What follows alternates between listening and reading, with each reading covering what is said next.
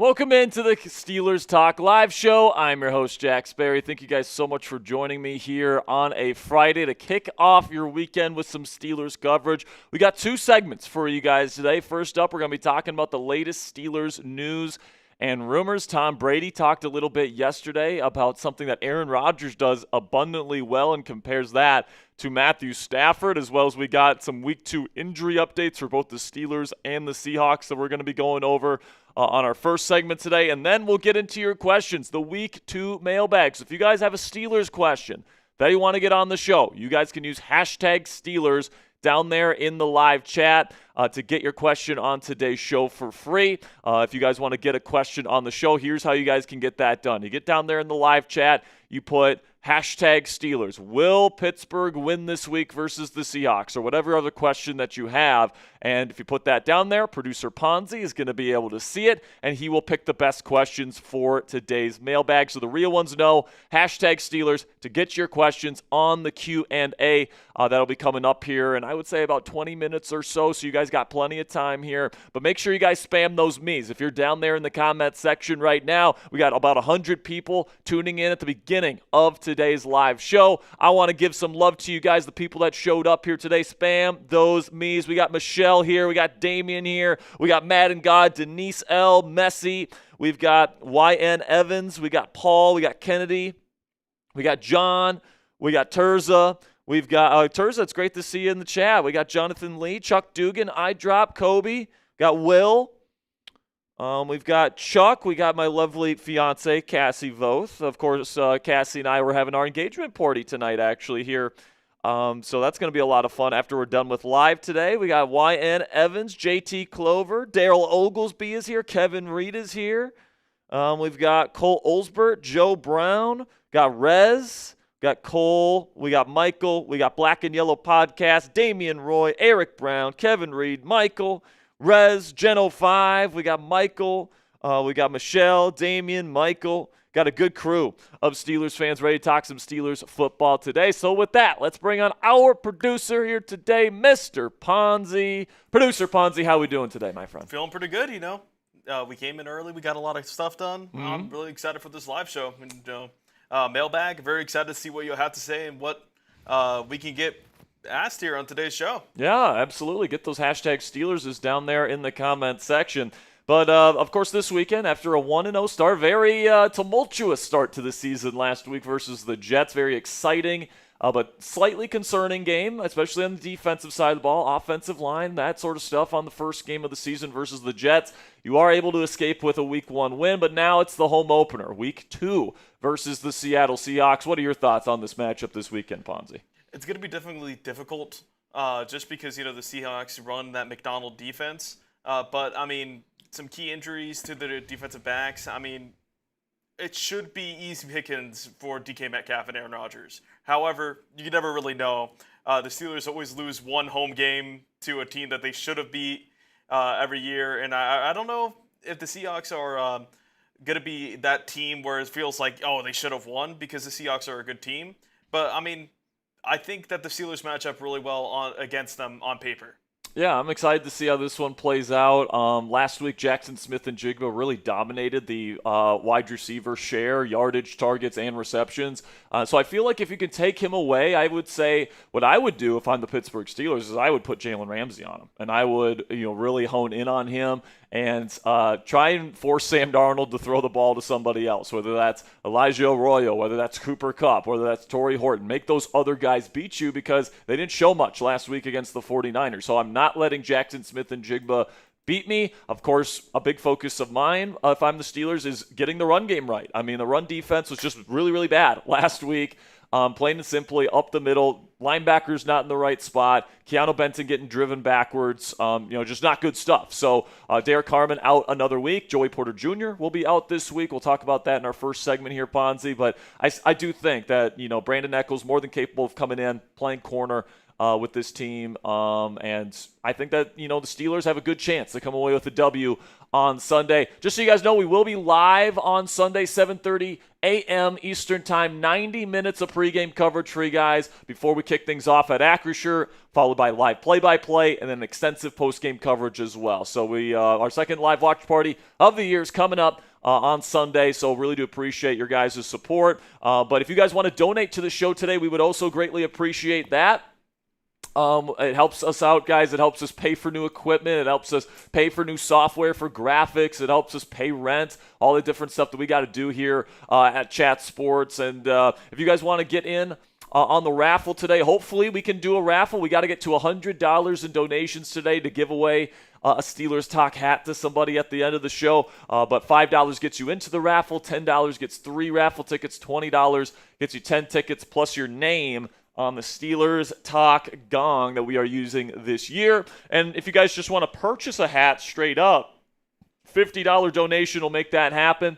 Hat Club is, I think we only got a couple more hats even left available to give out for this season, Ponsi. So there's not many left. If you want to make sure you get a Steelers Talk hat before they're all gone, $50 donation will make that happen. And if we get to $250 total on today's show, we will hit the Steelers Talk Gong.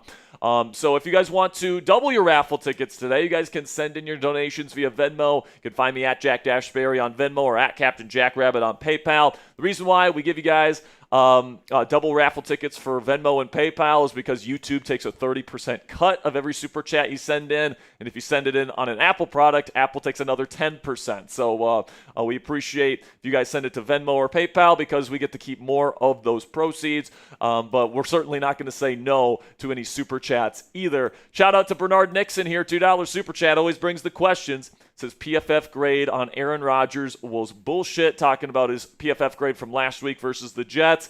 Listen, man, this is why whenever I bring up PFF grades, I say they're not gospel, is because sometimes, the grading system there that they have is very subjective. They have people that watch film and grade these players. Sometimes I think watching film can be subjective. There's certain objective things that you can see and all that stuff that is universally kind of agreed upon, but there's certain gray areas when watching film that can, and especially if someone doesn't like Aaron Rodgers, if they don't like his political stuff and they just they're inclined to look for the bad stuff in his game.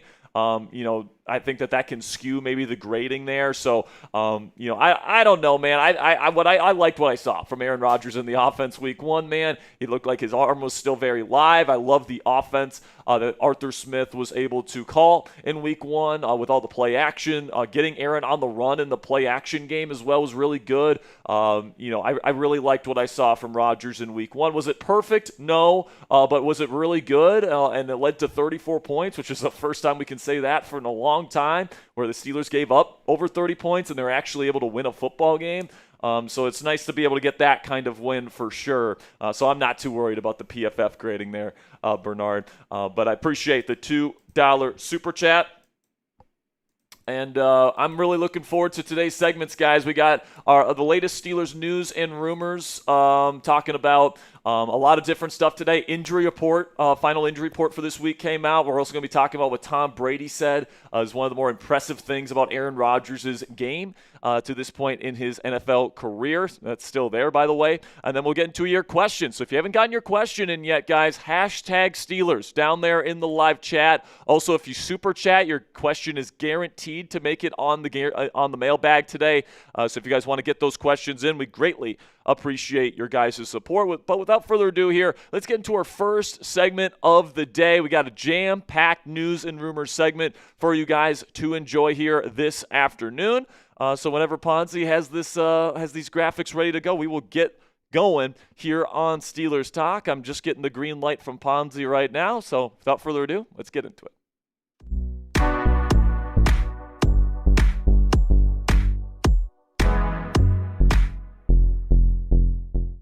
Welcome into Steelers Talk. I'm your host, Jack Sperry. On tonight's show, we got a lot of stuff to talk about. First of all, the Steelers just got some bad news after Thursday Night Football last night between the Packers and the Commanders. Then we got the Week 2 injury updates for both the Steelers and the Seahawks. Some big Week 2 injury updates for you guys. coming up later in the show. Then the Steelers, I've been talking quite a bit about how impressed they have been with Jabrill Peppers, and it's looking like he's going to be ready to go for this Sunday's matchup versus the Seahawks. And then Tom Brady went on Colin Cowherd's show yesterday and explains Aaron Rodgers' most elite trade that he compares with Matthew Stafford. So very interesting stuff there. Make sure you guys stick around to see what that trait is and why that might mean Aaron Rodgers could still be a top 10 quarterback in the NFL. But make sure you guys check out our earlier video that we put out here on Steelers Talk, where I talked about the only college football quarterbacks to this point look like round one guys, in my opinion. I break down those quarterbacks. I break down some other guys that might sneak into the round one conversation, and then some guys that were expected to be in the round one conversation that have had really slow starts in the first 2 weeks of college football. So if you guys want to keep tabs on which quarterbacks are really impressing, which guys the Steelers have at their disposal to make their next franchise quarterback, I'll put the link to that one in the top right of today's show, as well as in the comments and description of today's show. And of course, make sure you click that subscribe button to never miss a video here on Steelers Talk. We try to put out at least 2 videos a day. Of course, we go live twice a week, and we go live for every single Steelers game. So you're not going to get a more extensive Steelers fan experience anywhere else on YouTube than right here on Steelers Talk. So help us get to 100,000 subscribers. We are so close to that number, guys, by clicking that subscribe button and joining the Steelers Talk family today. So some bad news here to kick off today's edition of Steelers News and Rumors here, where Packers wide receiver Jayden Reed broke his collarbone on last night's Thursday Night Football matchup between the Packers and the Commanders. And the reason why that's bad news for the Pittsburgh Steelers is because that dramatically decreases the chances of the Steelers being able to land Romeo Doubs in a trade. So if you're someone out there saying, man, I really want Romeo Doubs, I really want to pair him back up with Aaron Rodgers, well, now that Jayden Reed's out of the lineup, that means Matthew Golden, Romeo Doubs, Savion Williams, the guys they do have available to them, are going to be elevated in terms of the role that they're going to have to play, because Reed was their number one receiver to start the season, and he's going to be out multiple weeks. So even if you want Romeo Doubs at like the trade deadline, unless he like straight up asks for a trade or demands a trade out of Green Bay, which I really don't see happening with the increased role in the offense forthcoming for him, it's definitely not looking good if you're wanting to get Romeo Doubs and make him a Pittsburgh Steeler. But now shifting to some injury news here as we prepare for the home opener versus the Seattle Seahawks here on Sunday. Joey Porter Jr., the cornerback for the Steelers, is dealing with a hamstring injury. He was pulled from the game early last week against the Jets with that hamstring tightness, and he has officially been ruled out for this weekend's matchup versus Seattle. That means Brandon Echols will take his spot in the rotation. I thought Echols did a pretty decent job, made some nice tackles out in open space, and he certainly showed his ability to play at a relatively high level in camp as well as in the preseason. So I think he's one of the better depth corners in the National Football League, and I think he'll hold up just fine, but I do think that means we see Jalen Ramsey play a little bit more on the outside than maybe what we're used to seeing from him. But the 2 guys that are out for Seattle this week, Nick Emenwari had an ankle injury last week versus the 49ers. He will be out. He's their bandit safety. That's a very important role in their defense, and now they don't really have a true bandit on their roster. So that's a very important piece. And then Devon Witherspoon, their number one corner and slot corner, is doubtful with a knee injury.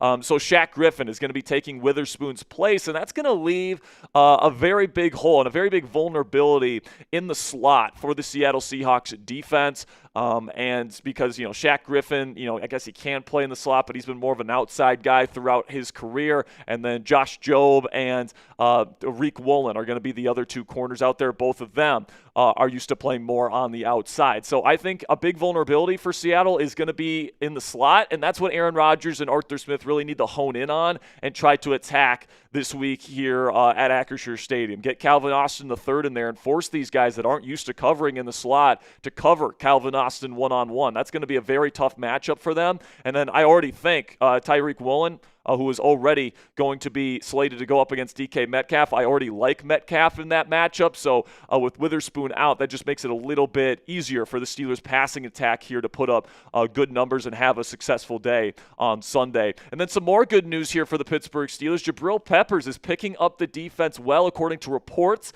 and by all accounts, he's going to be ready to go to play on Sunday. Juan Thornhill, who will be his running mate in the safety room here this weekend, again, if Peppers is able to go, said this about Peppers' progression to this point. Jabrill is doing well, like just me knowing from him in the past, like he is a hitter, smart guy. He is picking up our defense well. Sometimes it takes guys like maybe a week or something to adjust. It doesn't even seem like it's going to take that long. It just seems like he just knows what he is doing already. He is going to fit in really well and help us out. So that's really good news to hear, guys. And I'm really excited to see what Peppers looks like with the Pittsburgh Steelers. I'm sorry, the number 40 is a little bit of a crime in my opinion. That looks terrible. But, you know, if he's out there and he's playing well, you can make any number look good. So Peppers is a hard hitter. He's a very savvy, smart player, veteran player, very smart. So I'm looking forward to seeing what he's going to be able to do. And I will say adding a defensive player is better than adding an offensive player midseason,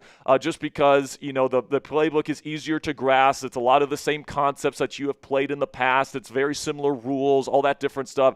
Maybe the biggest thing is getting down the verbiage and all the different stuff, the communication cues that the Steelers have in the secondary. But Peppers has been around the block. He knows how to play specific coverages, and it's not like the Steelers play anything too crazy where he's never seen it before.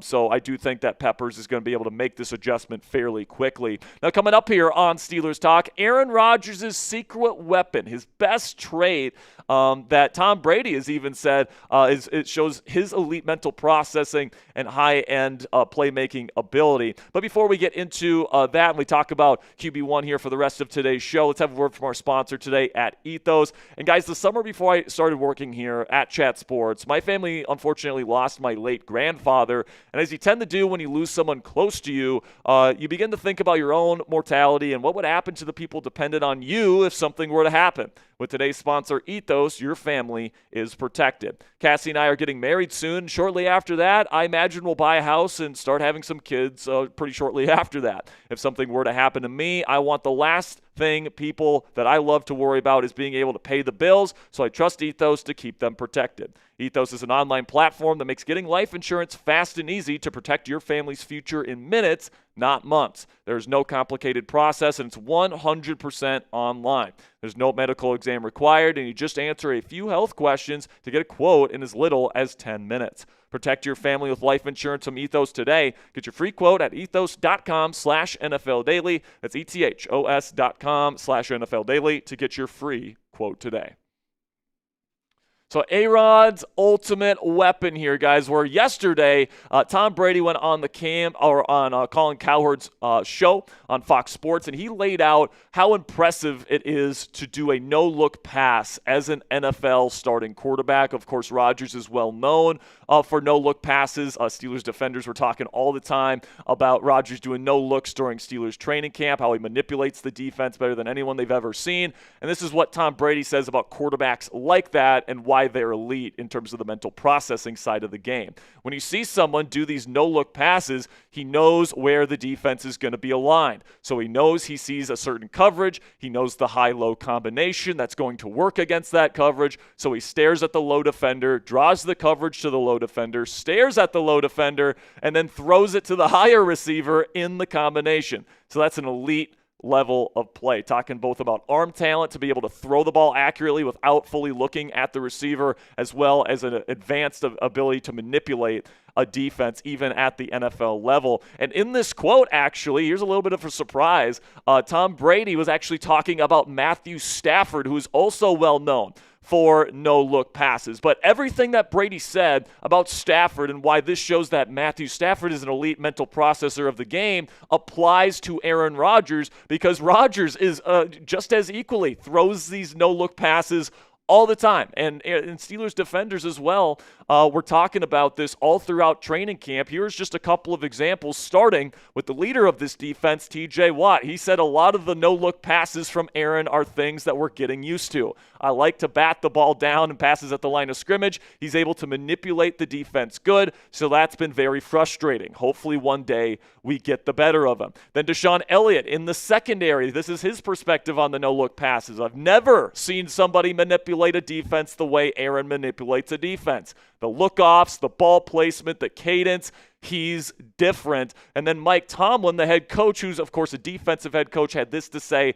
about Aaron Rodgers' impact here. There are so many subtle benefits that you really don't talk or think about. The way he's challenging the defense pre-snap, their snap readiness, his ability to work cadence and change pace. Sometimes he's first sounding them, not giving them an opportunity to communicate. Sometimes he's hard counting them, double counting them, triple counting them. Aaron's ability to work the line of scrimmage through cadence and changes of pace is really good for a defense. Obviously, he can do no-look throws and stuff like that, and he's challenging the defense with his talents. But his approach to the game, there's some awesome benefits there as well. And my question, when I see Tom Brady talk about how Matthew Stafford is an elite passer and the way he knows that he's an elite passer is because he can pull off these no-look passes, then what's the big difference between Matthew Stafford and Aaron Rodgers at this point in their NFL careers? At this point, they're both older quarterbacks that don't have a lot of mobility. They're both non-mobile quarterbacks, but they are still both high-end processors capable of manipulating defenses with their eyes,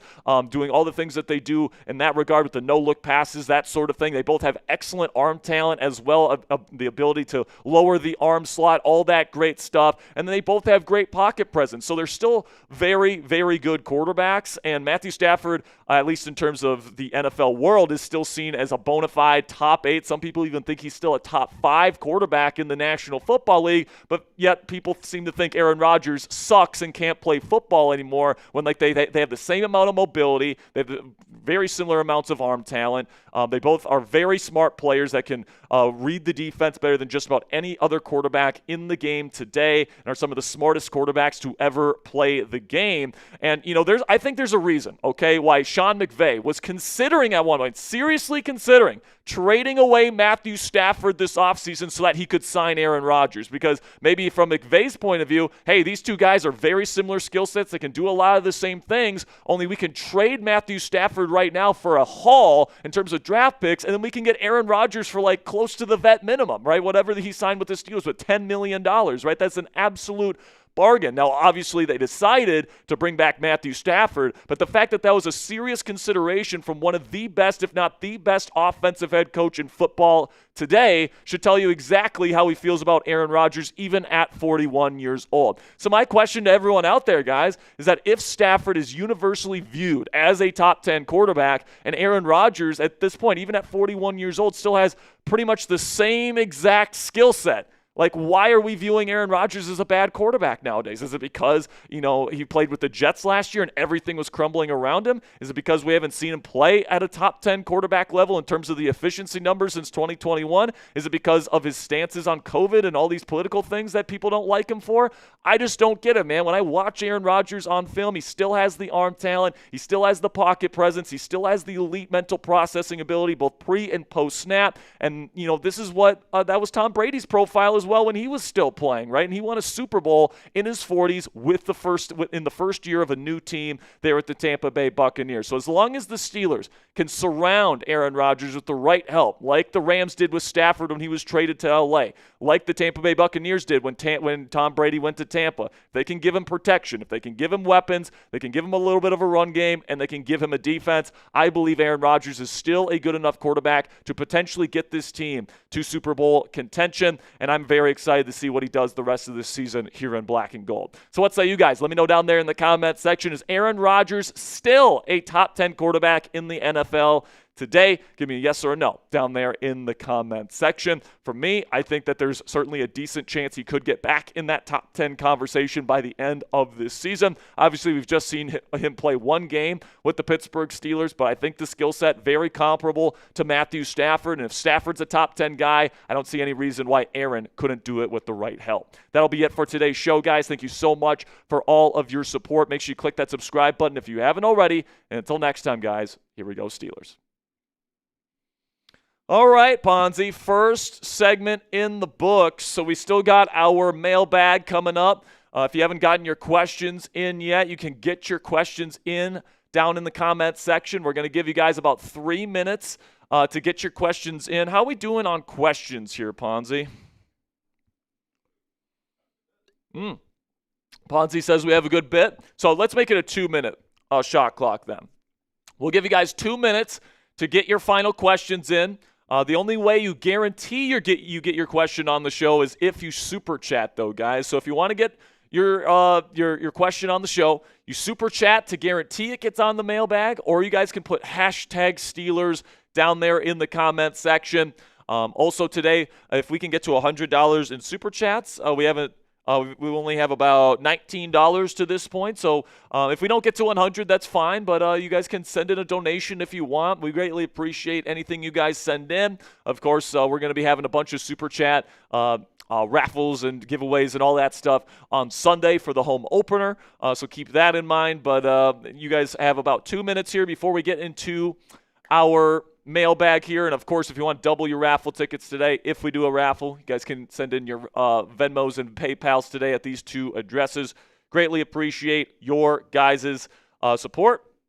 We got about 200 people watching right now. So if you guys want to get your questions in, you got about a minute left. If you have a Steelers question that you want to get on the mailbag this week, you got about a minute to get it going, and then we'll get into our mailbag here today.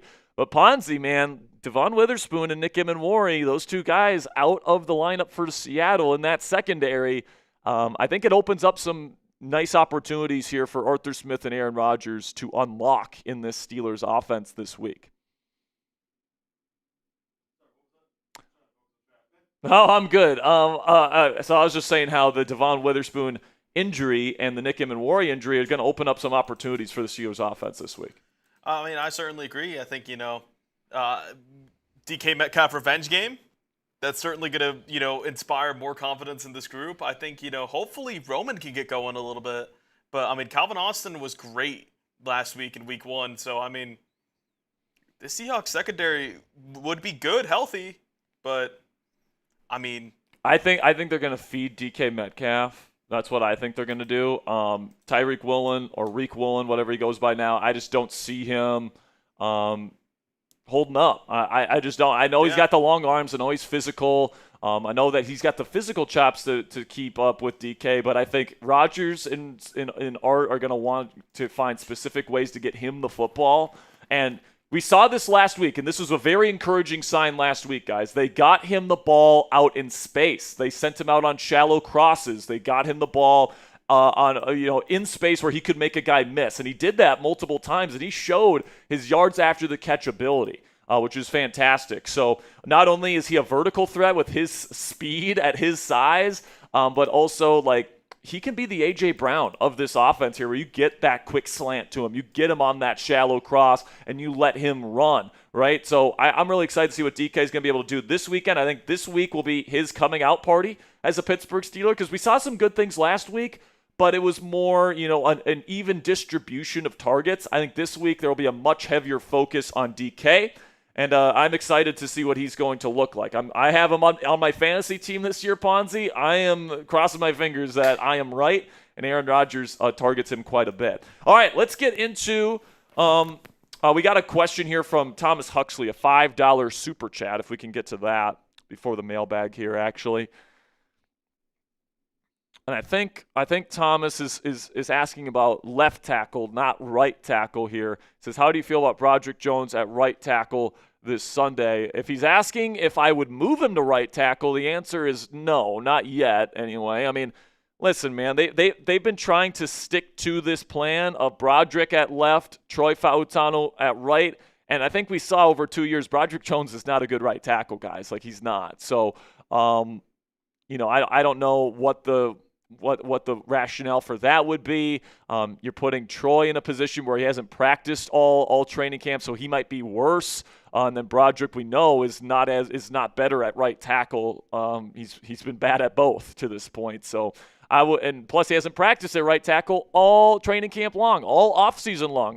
He's been really focusing on the left side. So moving them over would not feel right to me at this point. But Broderick, if you're talking about left tackle, if you're asking me how I feel about him playing left, obviously it's a concern. It is, all right, especially when we start going up against these tougher, really true number one edge rushers down the road. Myles Garrett twice. You got Micah Parsons coming up. You got Trey Hendrickson coming up. And, if Broderick Jones is a turnstile, like that's going. When Rodgers can't move, like Rodgers, is one of these guys where he can get the ball out fast. He can maneuver the pocket. He's got great mental processing ability. Still got great arm talent, but like, if you want him to be able to get to those second and third read throws and be able to complete them, you have to keep him upright to be able to do that. So, he's not going to be able to get to his second and third read, by the end of his drop. Like, by the end of his drop, he's supposed to be looking at his first read, not his second or third. And if he doesn't have much time by the time he gets to the end of his drop,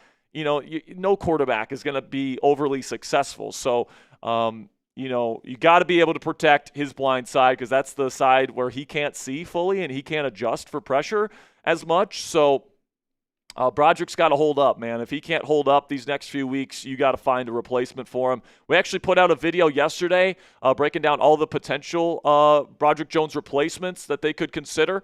So you guys can check out that video if you want to see the Steelers' options to replace Broderick Jones midway through this season. All right, let's get into our mailbag here.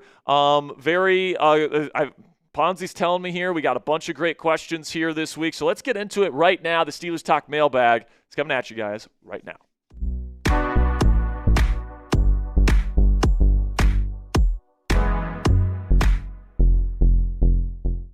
It's my favorite segment of the week. It is the Steelers Talk mailbag.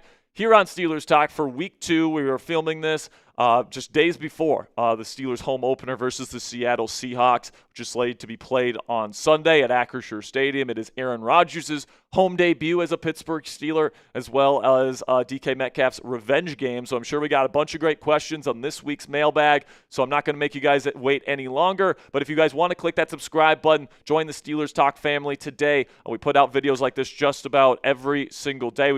Most times we put out 2 a day. We go live for every single Steelers game. We'll be going live for this game between the Steelers and Seahawks, 11:30 a.m. Eastern, 90 minutes of pregame, followed by live play-by-play, and then extensive post-game coverage for you guys. So if you want to join the most interactive Steelers fan community anywhere on YouTube, click that subscribe button right now. $5 super chat from my man Justin Yankuski says, do you think Colts game could be a trap game? We haven't beaten them since 22.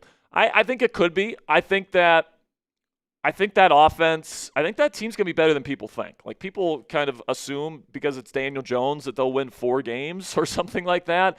But, like, Shane Steichen, I think, is a good coach, especially a good offensive designer and good game planner. And he's very good with quarterbacks.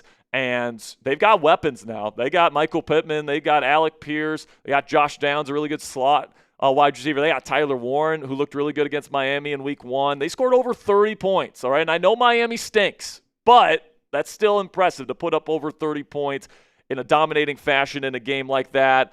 So, we'll see how the Colts look. Like, Shane Steichen has had Tara Lawson and Mike Tomlin's number the last couple times they've played.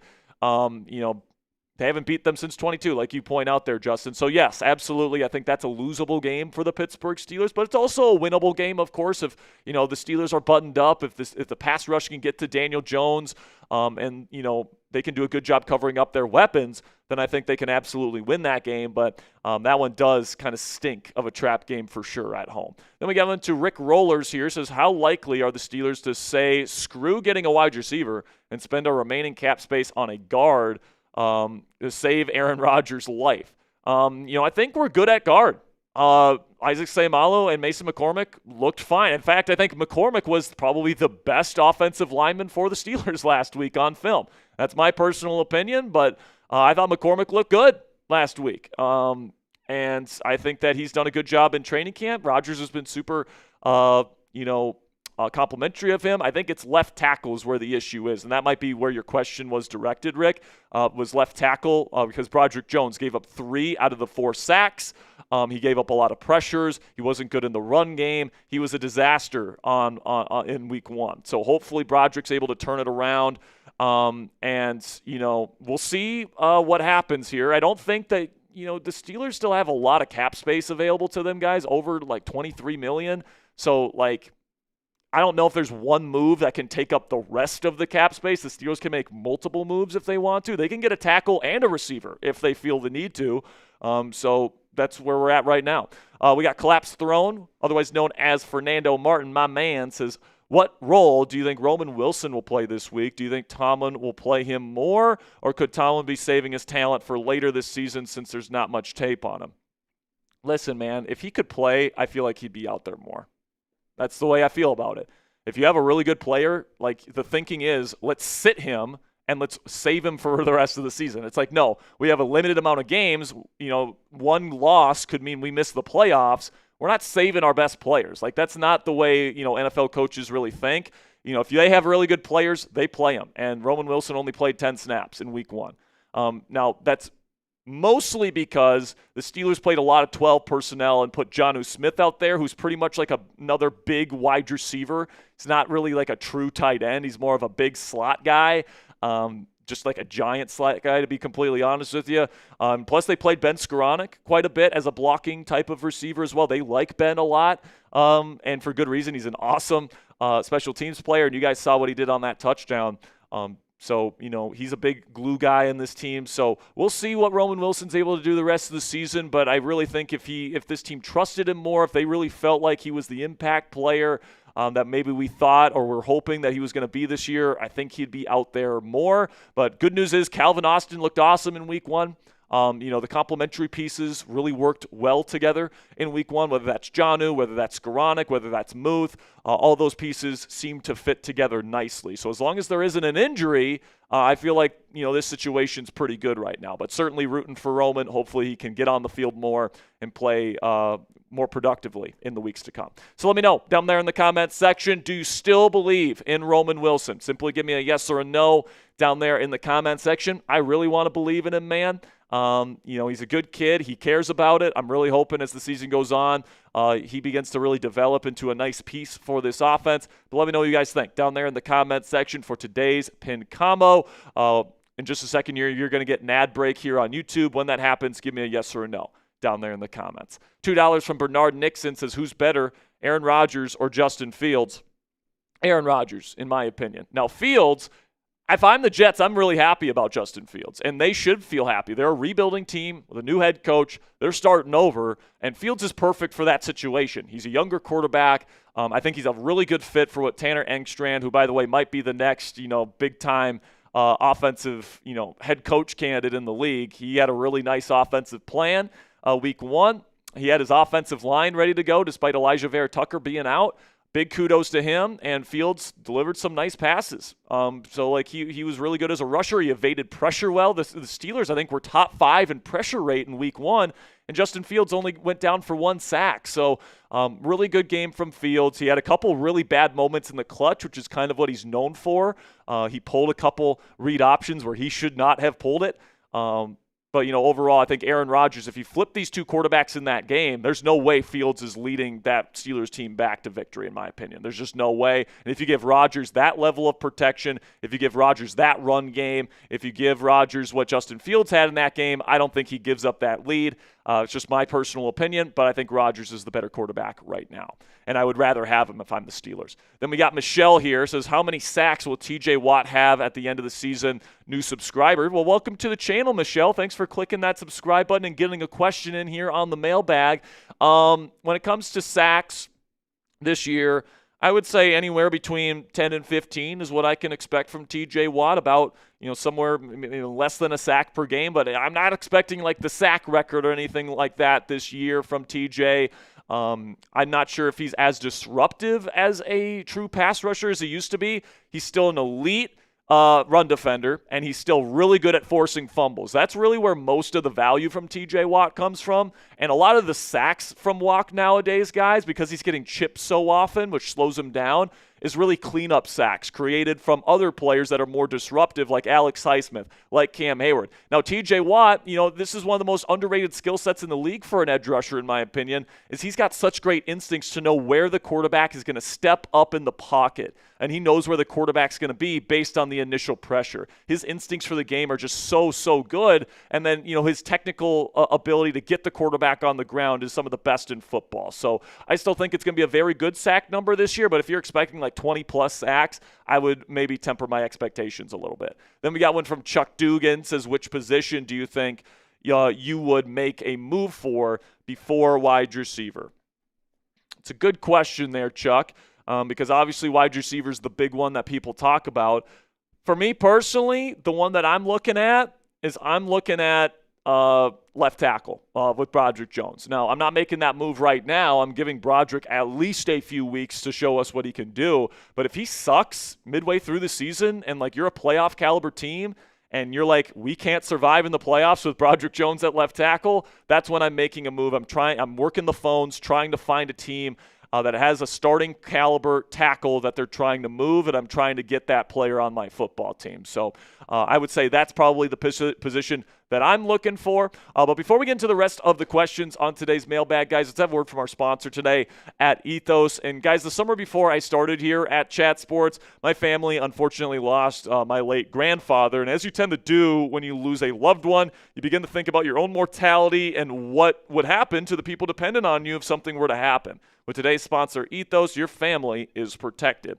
Cassie and I are getting married soon. Shortly after that, I imagine we'll buy a house and start having some kids. If something were to happen to me, I want the last thing the people I love to worry about is being able to pay the bills, so I trust Ethos to keep them protected. Ethos is an online platform that makes getting life insurance fast and easy to protect your family's future in minutes, not months. There's no complicated process, and it's 100% online. There's no medical exam required, and you just answer just a few short health questions to get a quote in as little as 10 minutes. Protect your family with life insurance from Ethos today. Get your free quote at ethos.com/NFL Daily. That's ethos.com/NFL Daily to get your free quote today. Yes, no, Evans here, or YN Evans, says, do you think we might go to the Super Bowl this year, and who do you think we will play at the Super Bowl? And new subscriber, and you think Big Ben will come out of retirement? Do not think Big Ben's coming out of retirement, my friend. Maybe he goes into coaching at some point. Who knows? But honestly, it sounds like he's enjoying podcasting and retirement life and all that different stuff. So happy for Ben. But when it comes to the Super Bowl, I think it's a possibility. I don't think the Steelers are Super Bowl favorites. I want to make that abundantly clear. Right now, I don't think that they're the best team in the league or anything like that. They have to prove that up front. I think they're going to have a much better run game than what they showed in week one. They're going to have a much better run defense than they showed in week one to be in that conversation. But, like, can they get into the conversation of, like, the 6 to 8 teams that could feasibly go on a run in January?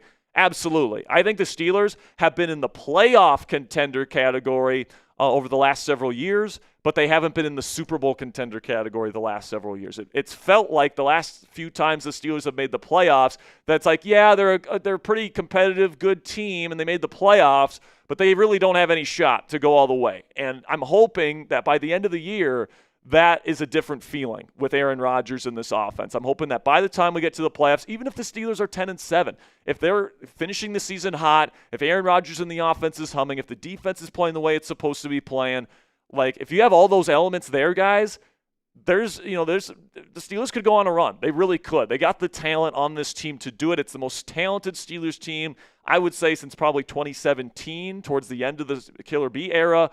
And I'm really excited to see what they're going to be able to do. You got to keep a 41-year-old Aaron Rodgers healthy. You got to keep, TJ Watt healthy. You got to keep Jalen Ramsey healthy. There's certain players that can't afford to be injured once you get to the playoffs in order to legitimately, make a run. But my goal and my expectation here and what I want out of this season is that I want to have the feeling come January that this team could go on a run. And if that's the case, I can live with any of the results. Then we get to Jacob. Says, what do you think about the Steelers scouting majority quarterbacks or offensive tackle at wide receiver at college football games this year? Do you think that shows what the weaknesses are? Well, I think that they're always looking ahead and they're always projecting, which players are going to be hitting free agency, which guys they're going to be expecting to bring back, all that different stuff. And there's always that future planning. But yeah, Jacob, they're going to take a quarterback in round 1 next year. Like, more than likely, that's going to be what they do. They may even trade up and trade the 2027 first-round pick to go get their guy. All right, whether that's Lenora Sellers, whether that's Drew Aller, whether that's John Mateer, whether that's Garrett Nussmeier, whether that's maybe even Carson Beck, who knows, who gets into that round 1 conversation.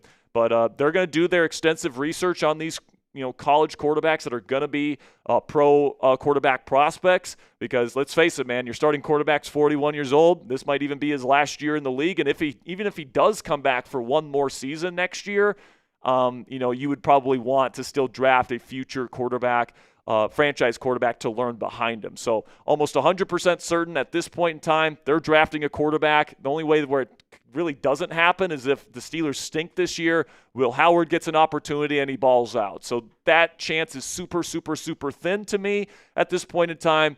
Very, very high majority they take a quarterback in round 1 next year. All right, guys, make sure you click that thumbs up icon if you haven't already, if you are a real one. We still got a couple more questions to get to here before we finish up today's mailbag. But if you appreciate the content that we give to you guys here on the channel, don't forget to click that thumbs up icon because it really does help us out. Got one from Pat Lepla, Black Diamond member, one of the real ones here, says, do you think they will trade Broderick Jones? I don't think anyone wants Broderick Jones, Pat. Now, I think the real question they should be asking is, will they replace Broderick Jones? Whether that be with somebody in-house, Calvin Anderson, Andrus Peat, their backup tackles, whether that means putting Darnell Washington there. I think that's probably a last resort, but that's certainly on the table. Whether that means going out to free agency and getting a guy like maybe David Bakhtiari, maybe that's going out in a trade to get someone like Cam Robinson, Braden Smith, Braxton Jones, Rasheed Walker. All those guys are legitimate trade options before we get to the trade deadline. Obviously, I think the Steelers will give Broderick at least a few more weeks to see what he can do. But if we get closer to the trade deadline and he's still being a turnstile and giving up multiple sacks a game on Aaron Rodgers, they're not going to have a choice. They might even have to overpay to get a starting caliber tackle here in Pittsburgh. All right, man. So next question, Gary Frank says, do you think the defense guy gets their ass chewed through the play this weekend? So I think he's asking, did the defense get their ass chewed with the way they played this weekend? Yes, they did. If I know Mike Tomlin, man, he's not accepting that. Obviously it's happened too many times, especially in big moments under Mike Tomlin's leadership here in Pittsburgh with Terrell Austin calling the plays. It needs to be better. And I think that Cam Hayward and some of the players will tell you, it's more on the players not being ready to play than it was on the coaches. But, you can easily make the argument, hey, the coaches should have had them more prepared and ready to go and hit somebody in the mouth. But it was very clear to start that game last week that the Jets came out more ready to play. They landed the first punch, so to speak, and I don't think that the Steelers are going to want to do that again. I think that, especially with Jalen Ramsey there, bringing the juice, TJ Watt, his level of focus, Cam Hayward and his leadership, I don't expect that to be the case most weeks. I think this week in particular, they're going to be coming out hot, and I'm just hoping people do their job. I mean, last week, that was a big issue in the run game, is people out of position, not filling in their run fit, trying to make a play. Like, just do your job, man. There's more than enough talent here to be able to make this work. You don't have to go out of your way to try and make a crazy play like some of these linebackers were trying to do last week. Just do your job, and everything will be fine. Then we get to Kevin Reed. Says, do you think we'll use Caleb Johnson this week? No, I don't. I think that Jaylen Warren and Kenneth Gainwell will continue to be the featured backs in this offense.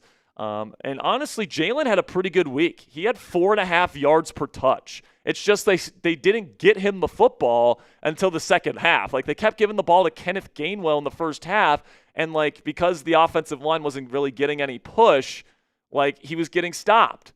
And, Kenny should be out there more in these third down, second and long type of situations where it's more, pass catching type situations. And Jaylen Warren should be out there 75% of the time. The thing about Caleb is that I think the coaches will tell you the game's moving a little fast for him right now, so they're giving him time to catch up. And then also, he doesn't provide anything as a pass catcher. He drops too many passes, and he doesn't provide anything as a pass protector. He sucks at it. So, you can't put him out there on third down. He's only an early down back, and he's not even the best early down back on the team. So that's why he's the third running back right now. Instead of the first. But he's going to get more and more opportunities as the season goes on. He got one opportunity against the Jets, was a poorly designed and poorly blocked toss play, of course. But, he's going to continue to get more and more opportunities. He might get 2 or 3 carries this week, and he continues to get more and more as the season goes on and more on his plate. But this week, expect to see Jaylen Warren and Kenneth Gainwell once again most of the time out there. So scale it for me down there in the comment section. How concerned are you with the Steelers' run defense? Scale it on a scale of 1, meaning I'm not worried at all. They're going to be phenomenal this year, to 10, meaning we suck. We got to blow it up. We got to go get new players right now. These players can't defend the run. Let me know what you guys think down there in the comments section. For me, I'm sitting at about a 3 or a 4. There's some concerning things on that film, but I think as this game went on, they did some really good stuff in the run game to give this team a chance to win it at the end. So I'll put it at about a 3. We'll see how they do this weekend. Make sure you guys click that subscribe button if you haven't already. Of course, the Seattle Seahawks come to town here on Sunday. We'll be going live at 11:30 a.m. Eastern Time for 90 minutes of pregame coverage, followed by live play-by-play with our live watch party, and then post-game coverage as well once the game is over. So if you want a place to come hang out with your fellow Steelers fans on Sunday to watch the game together, this is where you guys can do that. Click that subscribe button right now to join the largest individually run Steelers news channel anywhere here on YouTube. All right, Mr. Ponsi. Well, we got a 3-minute shot clock here. We're at $50 in Super Chats. So if we can get $50 more in 3 minutes, we will give away a hat. But if not, no big deal. We won't do a hat raffle today, and we'll just go about our business here and finish up the live show. But Brian, coming in with a question here, says it's low-key pretty embarrassing. Tomlin was raving about this defense the way he was, and that's the showing they had in their first game. I mean, first thing that I'll say is, I think that it will be embarrassing if that's how they play the entire season. But, like, if they turn it around and they're great, no one's going to care about this first performance. A, because you won, and B, they played great the rest of the way, or for a majority of the rest of the way. But another thing that I'll say about that is that, I think that this defense really does have the opportunity to be a really good group. They just got to do their job a little bit better. Like Peyton Wilson was abandoning his run fit multiple times to try and make a play in the backfield. And it's like, I just wanted to tell Peyton, it's like, you don't got to make the crazy play there. Like we got players that are designed to shoot gaps and do those things and create TFLs. Right now, as a second-year player, your job is to fill your run fit and make sure your guy doesn't run through there and keep that contained. And, right now I think Peyton Wilson is still in the, I'm the best player on my defense mentality that he had at NC State. And, I think he needs to kind of figure out that it's like, no, like in this defense, you're like the 8th best player. Yeah. You know what I'm saying? And Patrick Queen, similar kind of fashion there. Honestly, Patrick Queen looked a little slow to me on film, which is not a good sign because that's what he's known for, is that he's an athlete. So we'll see what ends up happening here. Thick Clappa says, was DK just not getting open downfield versus the Jets, or was the scheme to get open to get him open in short yardage? So the Jets were double teaming him quite a bit. That was predictable, especially when he was going down the field. And then he had Sauce Gardner on him, man. Like, Sauce Gardner is one of the top 5 best corners in the game, maybe top 3. Like, he's an eraser out there. And when you also have safety help over the top, there's just not a lot of situations where you're saying, I'm throwing this up to DK, right? And that's why so many other players had opportunities. That's why Calvin had opportunities. That's why Skoranek had opportunities. That's why other players, like Jonnu, had opportunities. Muth, this week, I think it's going to be a little bit different because they saw, Aaron Rodgers throw to 7 different receivers. So they know, Rodgers is not afraid to throw to his other weapons. It's not just DK out there. And then also, you don't have Sauce Gardner on your number 1 receiver this week. It's going to be Reek Woolen, who gave up a long go ball to San Francisco in the 4th quarter on last Sunday, and then he gave up the game-winning touchdown pass. So, it'll be interesting to see what ends up happening here. And that, I think the shot clock ran out, right, Ponzi? Yep. All right, well, that's going to be it for today's show, man. We're going to be back live on 2 days on Sunday. Tomorrow we'll have another video for you guys that goes out on the channel. We did get one more Venmo here, Mr. Ponzi, so we'll hit this and we'll get out of here.